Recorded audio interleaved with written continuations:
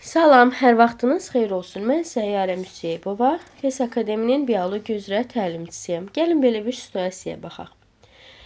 Situasiyada şəkil olaraq yarpağın daxili quruluşu verilmişdi və sual bir də soruşur.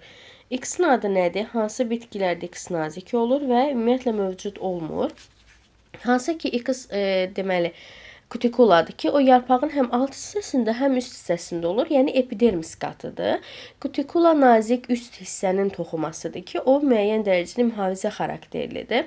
Və hansı ki bunlar kutikula belə deyək, yarpağın mumlu hissəsidir. Ən üstdə olan mumlu hissədir ki, adətən kəsik yarpaqlarda, kəsilmiş, zədələnmiş yarpaqlarda səthinin sahəsi daha böyük olur. Yəni kutikula daha qalın olur. Amma yeni yaranmış yarpaqlarda, yeni əmələ gəlmiş yarpaqlarda, tumurcuqlardan çıxırsa əgər, onlarda daha nazik olur. İkinci sualda deyir, şəkildəki toxumanın adı nədir?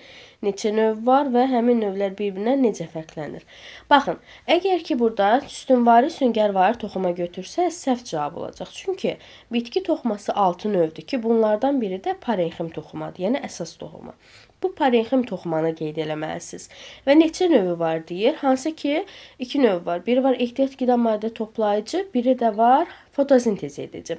Fotosintez edicilər daha çox fotosintez etmə qabiliyyətində, yəni bitkinin yaşıl hissələrində olur. Ehtiyat qida maddə toplayanlar isə hansı ki müəyyən üzüm maddələr alır bitkilər, onların saxlandığı, toplandığı hissədə ehtiyat qida maddə toplayıcı toxumadır.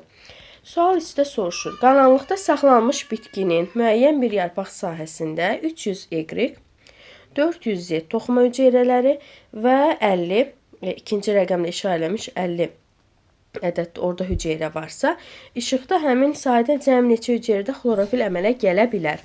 Hansı ki burada Y-dən Z olaraq nə göstərilib? Y süngərvari toxumadır, Z isə sütunvari toxumadır.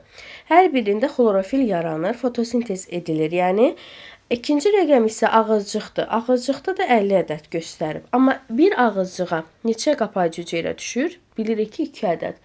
Çünki 2 ədəd qapayıcı hüceyrədən ağızcıq yaranır. Burada 300 Y, yəni süngərvari toxuma, 400 sütunvari toxuma və üzərinə də 50/2 gəlirik. Nə üçün? Çünki dediyimiz kimi bir ağızcığa 2 qapayıcı hüceyrə düşür ki, o da eləyir 100. Ümumilikdə 800 hüceyrədə xlorofil yaranır, əmələ gəlir.